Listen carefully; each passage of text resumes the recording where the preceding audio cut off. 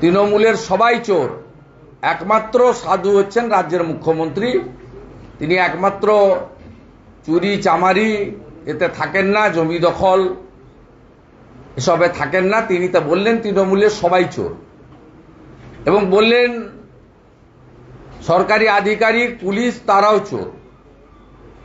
একবার চোরের লাইন লেগে গেল। ডাকগ্রাম ফুলবাড়ি চোর, এসজেডিএ চোর, এইচডিএ চোর, সুজিত বসু চোর, গৌতম দেব চোর।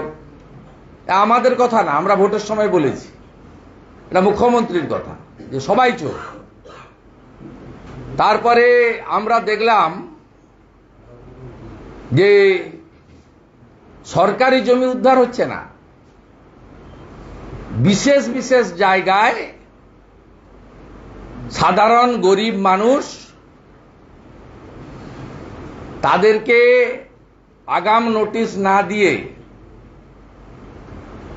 টিভি ক্যামেরাকে ডেকে নিয়ে গিয়ে কখন টানা হবে তাদের অস্থায়ী চালা, তাদের দুধের হাঁড়ি কখন রাস্তায় ফেলা হবে, তাদের জামা কাপড় যেগুলো বিক্রি করতে এসেছেন সেগুলো বস্তায় কখন পুটলি বেঁধে লালবাজারে নিয়ে যাওয়া হবে, আপনাদেরকে আগাম জানিয়ে, মানে ফাঁকা কলসির আওয়াজ বেশি,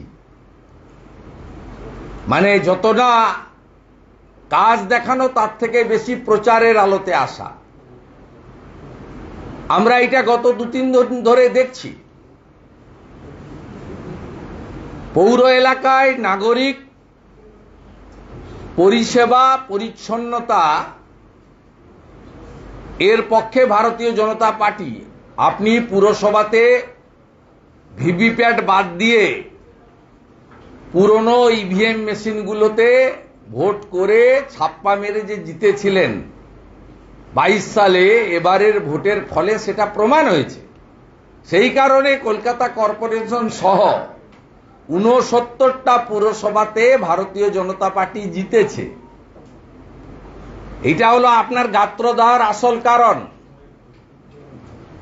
আর আপনার লোকেদের আপনি বলেছেন সরকারি জমি উদ্ধার করতে,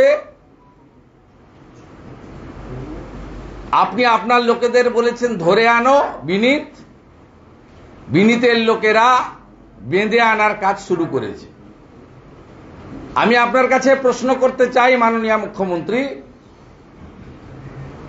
যে এই যে সরকারি জমি উদ্ধার, এটা দার্জিলিং থেকে দীঘা, কোচবিহার থেকে কাকদ্বীপ, না কেবলমাত্র বিধাননগর, হাতিবাগান, গড়িয়াহাট, মূলত উত্তর দক্ষিণ 24 পরগনা থেকে আপনার শকত মোল্লা শাহজাহান বাহিনীর অত্যাচারে যে বাসন্তী, গোসাবা, সন্দেশখালী, হিঙ্গলগঞ্জ, বসিরহাটের গরিব লোকগুলো কলকাতায় এসে সামান্য হকারি করে খায়, তাদের জন্য, না এটা গোটা রাজ্যে আপনার কোনো নীতি নিয়ম এবং এসওপি তৈরি হয়েছে?